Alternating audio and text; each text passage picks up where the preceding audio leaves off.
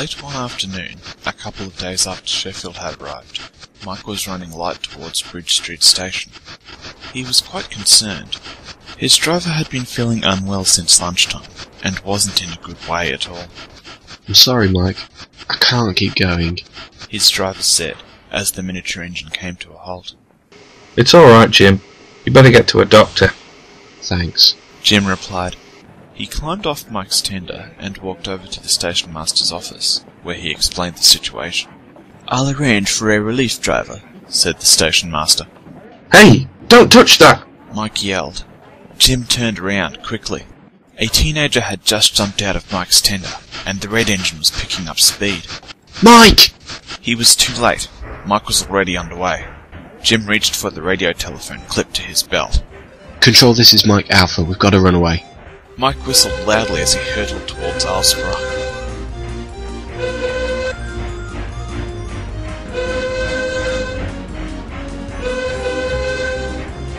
Ahead, Frank was shunting in the yard. His eyes widened in horror at the sight of Mike careening towards him. "Driver, back! Quickly!" A shunter quickly set the points away from Frank. "The other points are set for the chute!" Frank warned, but it was too late. Up ahead, Sheffield was shunting. "Driver, back up, quickly!"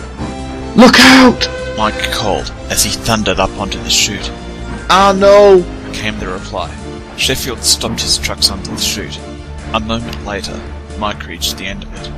He sailed off the trestle, landing softly in Sheffield's trucks. The tank engine's driver quickly shut off Mike's steam. "You alright, Mike?" Yes. Is this sand in your trucks? "Yes, for erosion control just down from Callan. You're lucky I had it," Sheffield explained. A short while later, Mike had been extracted from Sheffield's trucks and put back on his rails. Thank you for saving me, he said to Sheffield. "A hard landing's no fun for any engine, even if you did remain upright," Sheffield replied, as Donald arrived at the station. "Indeed," Frank agreed. "Anyway, this has delayed me long enough. I'll have to get going," Sheffield said, and he chuffed off. A couple of hours later, the Aylesdale Railway's workmen finished inspecting the chute and the tracks leading up to it. Neither had been built to take an engine going at speed, and both would need to be repaired. Early the next morning, Sheffield and Douglas were waiting in the yard at Tidmouth. Ballast deliveries from the Aylesdale Railway had been halted, pending the repairs to the chute. "That was some quick thinking you did yesterday," Douglas said. "It was just luck. If I hadn't had the sand, Mark would have landed in an empty truck. Sheffield winced. That would have been unpleasant." "Aye, you've a point there," Douglas replied. He looked over as Henry took the points off the main line. "At least the chute shouldn't be closed for too long. The yardmaster said Henry'd be bringing up the steel to repair it." Sheffield looked over, taking in the flat car of I-beams halfway along Henry's train. "Grade 50 structural, I see. That would... What does he think he's playing at?" "What do you mean?" Douglas asked. "Those I-beams are loose. Look at the cable holding them. Fireman, you better go and get the yardmaster." While Sheffield's fireman went to get the yardmaster, Sheffield moved forward to talk to Henry.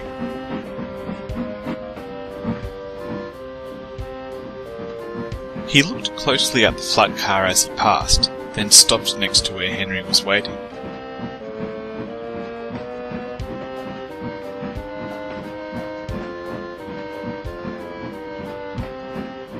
"Do you inspect your loads before shunting them?" Henry was taken aback. He'd heard that the new engine was abrasive, but he hadn't expected this. Of course I do. "Your flat car of I-beams is loose." What do you mean loose? "You know those two cables across the top of them hold them by tension alone, don't you?" Yes, I wasn't built yesterday.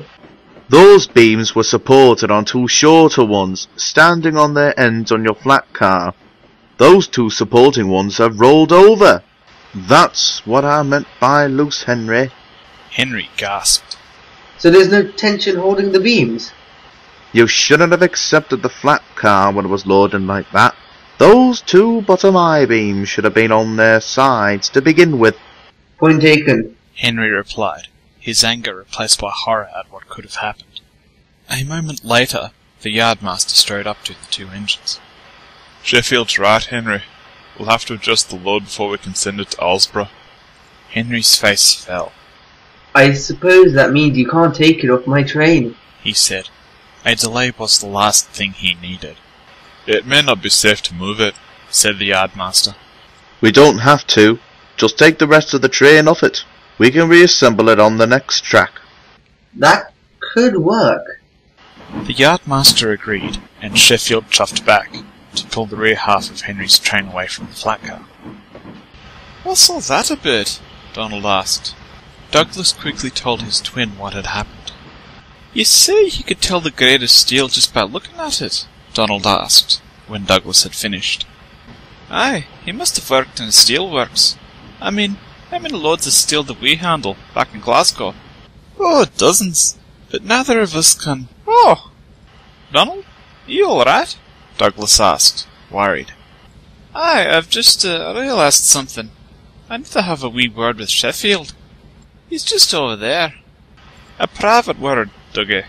I'm sure I'll get a chance, sooner or later." Douglas frowned. For as long as the Scottish engines had known each other, they hadn't kept secrets from one another. "Dinna fash yourself, Dougie. If I'm right, Sheffield has a wee secret, and I didn't think it's one he'd like bandied about." "I understand," Douglas replied, and he departed to take his next train.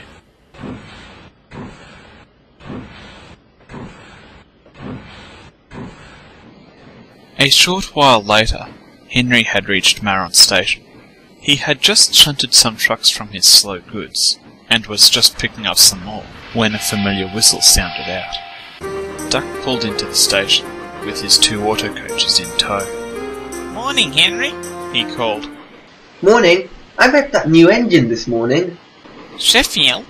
What do you make of him?" He doesn't beat about the bush, does he? Duck's face fell. "What happened?" Henry recounted his encounter with Sheffield at the Tidmouth Yards.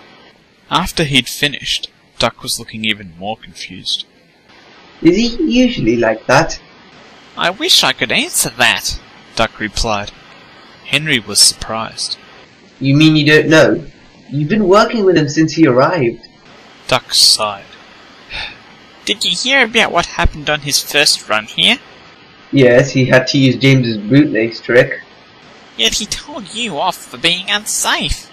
Would you believe the coaches call him a gentleman?" Really? But he's... "Rude and abrasive, yes. He's an engine of contradictions, Henry.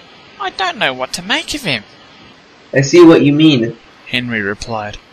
A moment later, the guard's whistle sounded out, and Duck had to depart. He was thinking about Sheffield, and how the austerity tank's encounter with Henry had just raised more questions. Duck was still puzzling over it when he reached Callan. "Are you alright, Duck?" Donald asked, from where he'd been shunting in the yard. "I'm fine, Donald. Just puzzled. I can't seem to get a handle on Sheffield.